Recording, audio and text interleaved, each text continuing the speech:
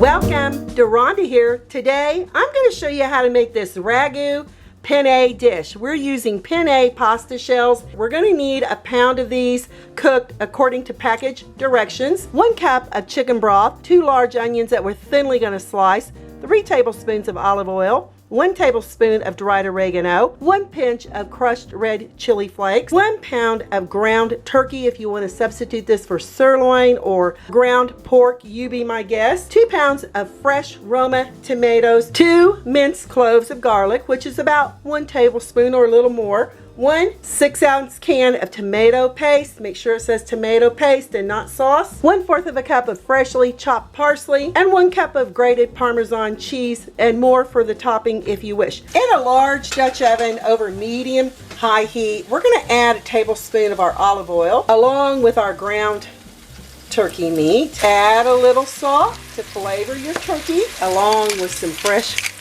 grated pepper. Cook until you can no longer see the pink on your turkey meat, or if you're using sirloin or ground beef, just cook it until you can no longer see the pink. It won't take long. Continue stirring. No longer pink meat. And then we're going to add this over here to a dish here in the back. For the onions, we're taking a serrated knife. I'm removing the end off. I'm removing the stem end off. Remove a couple of layers here from the onion. Just going to peel them back like this. You just want to get all the brown off. Cut this onion in half with a mandolin, or you can use a knife. We're going to start making super thin slices of our onion, and also use a protective guard here with your mandolin. And see those lovely little slices down here? That's what you're looking for, really super thin onions. You're gonna slice both of your onions very thin. Now that you've got your onions thinly sliced like this, we're coming back in with those Roma tomatoes. We're gonna cut them in quarters, and you wanna remove the end off there. I love using a serrated knife. You see those little teeth on there? That'll make all the difference in the world when you're baking and cooking. And then we're going to cut this one in half, cut them into like bite-sized pieces. They don't have to be perfect in size. You're going to do this to all your Roma tomatoes. On my last tomato. And doesn't that look absolutely fantastic? Now, we're going to first start sauteing our onions. To our Dutch oven, over medium heat, I'm adding the remaining olive oil and all those thinly slices of onions. We're going to cook this for anywhere from 8 to 10 minutes until we get a lovely little caramelization on our onions here. Now that we've got this lovely golden on our onions, we're going to add our tomatoes, and we're going to cook this down for about 5 minutes. And again, I'm on medium heat. Just toss it around. If you want, you can add a little pepper at this point.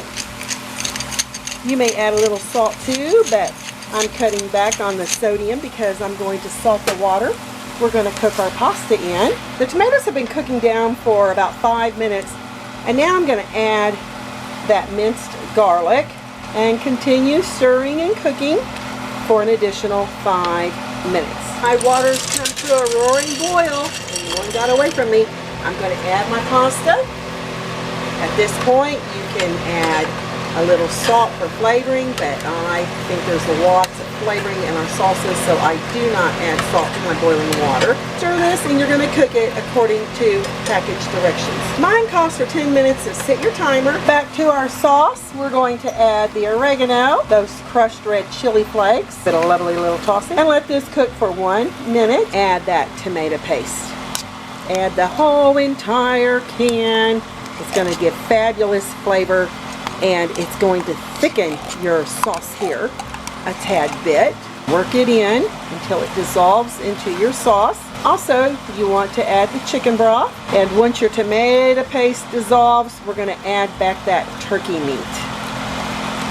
It smells so good. If you could be here in my kitchen and smell how yummy all this is. After 5 minutes, we're going to add back in our meat, and that meat's going to start absorbing all these fabulous flavors.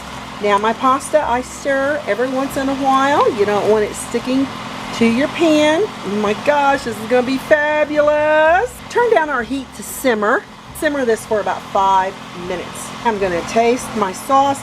Make sure it doesn't need any salt or pepper. Fantastic. I'm gonna add just a wee bit more salt. I'm using the pink Himalayan salt. And we'll just stir this in. Now our pasta is almost finished cooking. That looks absolutely perfect. Now I have a trick to keep your pasta from cooking any further, and that is you add a cup of very cold water. It will stop your pasta from cooking. We'll transport it over here to our sauce, just like this. You want to save a little bit of your pasta water just in case your pasta gets a little too dry.